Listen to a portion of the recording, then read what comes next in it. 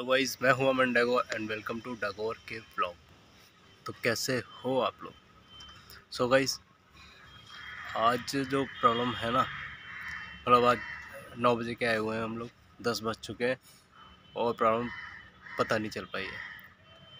ऐसा है कि लाइन में कुछ ज़्यादा ही लॉस आ रहा है, मतलब बहुत तगड़ा बैंड है और वो अभी तक फाइंड नहीं हो पाया, देख नहीं पाए हम लोग कहाँ पर है वो। अभी चेक करते हैं और मैं मशीन लेके बैठा हूँ यहाँ पे। सो गाइस, अभी तक 4 डब्बे तो मैं खोल चुका हूँ लेकिन कुछ नहीं मिला उसमें। अब एक और डब्बा खोला है यहाँ पे, देखते हैं उसमें क्या दिक्कत है। देखते हैं पावर कितनी आ रही है पीछे से ही पावर नहीं मिल पा रही है अभी तो। जहाँ से पता चल जाए कि पीछे से आ रही है और फिर उसके बाद से फिर दिक्कत है। अभी ये इधर की तरफ मैं आया हूँ यहाँ पे। भाई मैंने एक और डब्बा खोला है, अब उस पर पैच लगा के पावर चेक करूँगा कितनी आ रही है।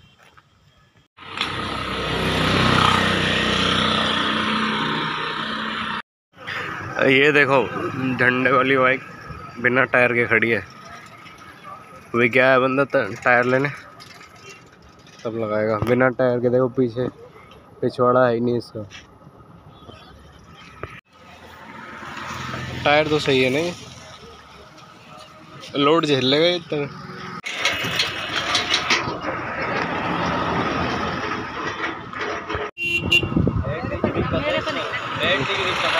टायर तो सही है, मोटा टायर लगा है तगड़ा।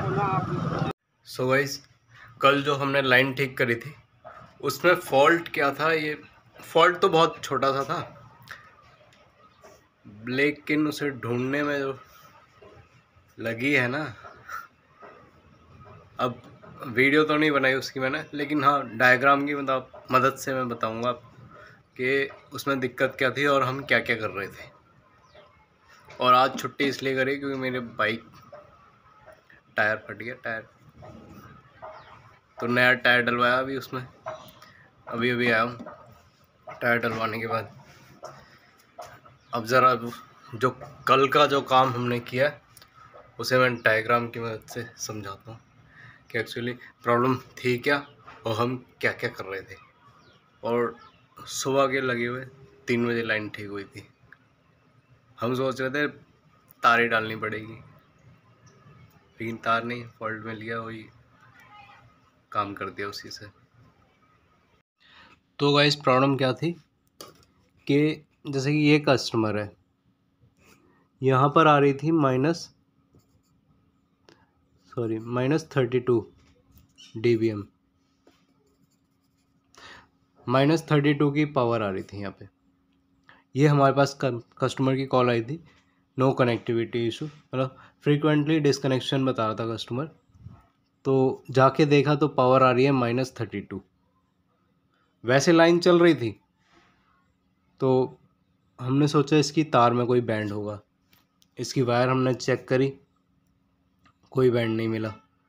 तो जिस सेकेंडरी से इसका कस्टमर का कनेक्शन चल रहा था उस पर हमने पावर चेक करी, सेम पावर वहाँ स्प्लिटर पे आ रही थी। तो हमने कहा प्राइमरी पे चलते हैं। प्राइमरी पे चेक किया तो यहाँ जो मेन जो आ रहा था ना, पहला कोर जिसमें प्राइमरी स्प्लिटर लगा हुआ था, उसी में -10 आ रही थी। अब -10 इसमें आ रही है और हमने 1:16 का स्प्लिटर लगाया हुआ है, तो ये -13 की पावर लॉस करता है। और पहले से ही -10 यहाँ पे आ रही है, तो -13 -10 -23 तो यही हो गई। उसके बाद जो 8 का स्प्लिटर हम सेकेंडरी में यूज़ करते हैं वो -10 की पावर वो लेता है, तो -23 -10 -33 हो गया। तो -32 33 की पावर कस्टमर के पास पहुंच रही थी। और वैसे लाइन चल रही थी, लाइन और कस्टमर की किसी की कॉल नहीं आई थी, चल रहा था, लेकिन हाँ सबकी पावर बढ़ी हुई थी।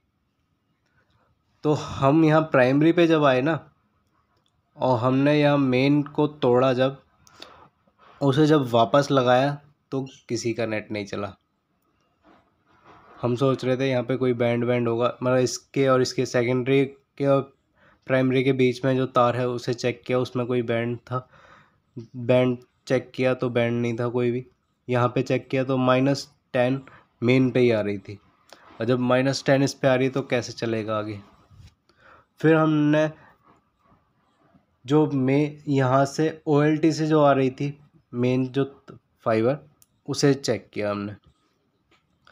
कहीं पे भी कोई बैंड नहीं मिल रहा था। ये 1800 मीटर की फाइबर थी।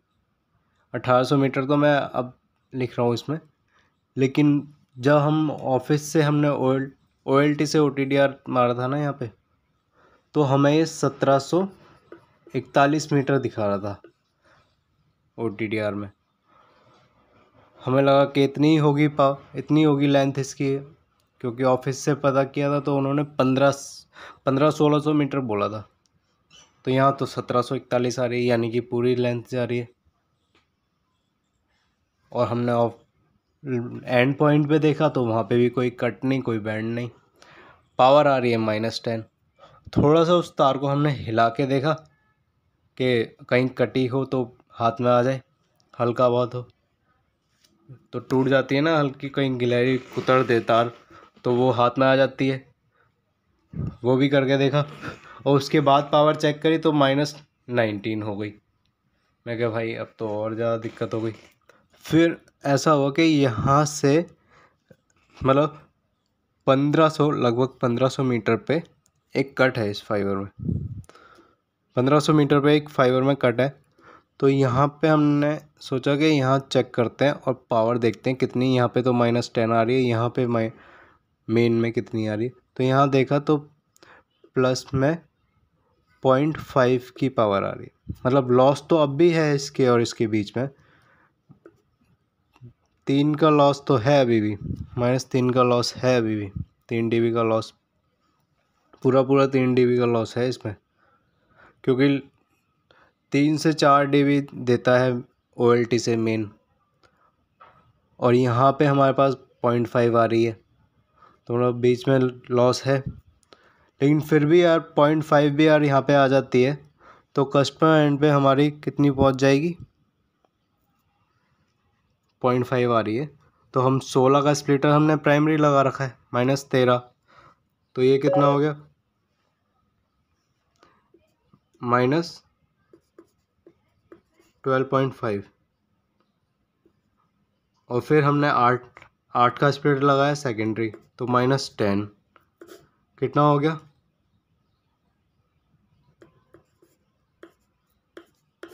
-22। ठीक है, तो -22 की पावर हमारे पास कस्टमर एंड पे तब भी पहुंच जाएगी अगर ये 0.5 की पावर हमारे पास प्राइमरी में आ जाए तो। फिर हमने यहाँ से 1500 मीटर से यहाँ एंड पॉइंट तक फाइबर ट्रेस करी कि बस ये है कि ट्रेस करने में दिक्कत ये हुई क्योंकि छत पे है ना वायर, उसमें छत पे फाइबर हो उसे ट्रेस करना पड़े तो उसमें टाइम ज़्यादा लग जाता है, क्योंकि हर एक छत पे जाना पड़ता है वो भी। और हम छतें ऐसे टपाएंगे, छतें टाप के जाएंगे तो फिर कस्टमर को, जो वहाँ के बिल्डिंग ऑनर है, वो हमें बोलेंगे कि भाई क्या कर रहे हो, ये चोरों की तरह क्यों आ रहे हो। इसलिए भाई एक बिल्डिंग पे चढ़े, दूसरे पे चढ़े, तीसरे पे, इस तरह से देखनी पड़ी थी। बिल्डिंगों पे देखा तो एक जगह क्या सीन था कि जैसे बेल थी एक बहुत तगड़ी, वो फाइबर के 2 साइड में लटकी हुई थी। जैसे ये हमारी फाइबर है और ये ऐसे ही झूल रखी थी, यहाँ पे बेल, यहाँ पे बेल और यहाँ पे बेल। ठीक है, बहुत टाइट हो रखी थी फाइबर, बहुत टाइट हो रखी थी, जिससे लगा कि हाँ भाई यहाँ पे हो सकता है। निकाल के देखा इसे, बेल को काटा लटक वटक के जैसे भी है, तो यहाँ पे भी कुछ नहीं मिला। फिर हमने सोचा यहाँ पे हम कट मार देते हैं। ये 1500 मीटर से 150 मीटर आगे हमने एक कट मारा। फिर वहाँ कट मारने के बाद जो बीच का हिस्सा हमें फॉल्ट ही लग रहा था, फॉल्ट जिसमें लग रहा था, उसे हमने काट के और इन दोनों को यहाँ से लूज़ किया, यहाँ से लूज़ किया, आपस में मिला के जॉइंट कर दिया कि अब तो चल जाना चाहिए। क्योंकि यहाँ पे इस तरफ से जो फाइबर आ रही थी उसमें हमारे पास 0.5 की पावर मिल रही थी, क्योंकि यहाँ तक पावर आ गई तो आगे पहुँच जाएगी। क्योंकि और यहाँ से मैंने OTDR भी मारा था तो लेंथ लगभग पूरी आ रही थी, 140 के करीब आ रही थी। जोड़ दिया, नहीं चला। फिर गए हम इस तरफ, यहाँ पे आयुष भाई गए थे, उन्होंने देखा, छत पे जाके सारी फाइबर खोली और फिर लूज़ करी। नीचे जाके, बिल्डिंग के नीचे जाके जब उन्होंने फाइबर को हल्का सा अपनी तरफ खींचा ना, बस टूट के आ गई हाथ में। मिल गया फॉल्ट। लेकिन चल कैसे रहा था ये, क्योंकि फाइबर कटी हुई थी पूरी, मतलब बिल्कुल कटी हुई थी, उसकी सिर्फ PVC जुड़ी हुई थी।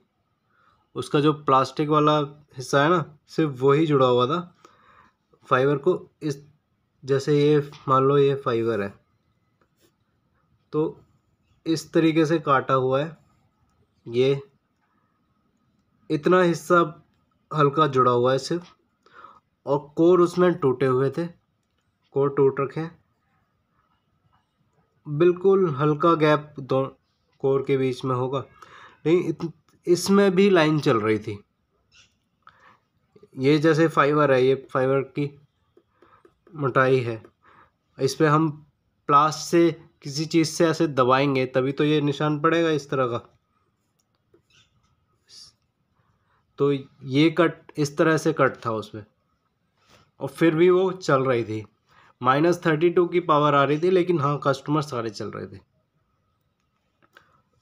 फाइबर जो हमारी कटी थी उसमें ये मुझे समझ नहीं आया कि चल कैसे रहा था जब ये कटी हुई थी। तो बस ये फॉल्ट था, और लग रहा था गिलहरी ने काटा होगा, लेकिन गिलहरी ने नहीं, किसी आदमी ने काटा है ये, क्योंकि प्लास से दबा हुआ था ये। कोई गिलहरी तो कुतरती है ना, गिलहरी प्लास थोड़ी रखती है अपनी जेब में, गिलहरी तो दांतों से काम करती है अपने। तो फॉल्ट ये था भाइयों, ये हमारी फाइबर है, और फॉल्ट सिर्फ इतना सा है कि ये चीज़ इतनी यूं फाइबर को किसी ने प्लास से यूं दबाया है, और उसके चक्कर में हमने यहाँ तक फाइबर खोल दी थी। यहाँ 1500 मीटर तक हमने फाइबर के जो बीच में डब्बे भी थे उन्हें खोल के देख लिया था। और जब ऐसा होता है ग्राउंड में, अब डायग्राम पे तो इतने जल्दी मैंने बता दिया, लेकिन ग्राउंड में क्या है कि एक एक डब्बे को खोलने में ही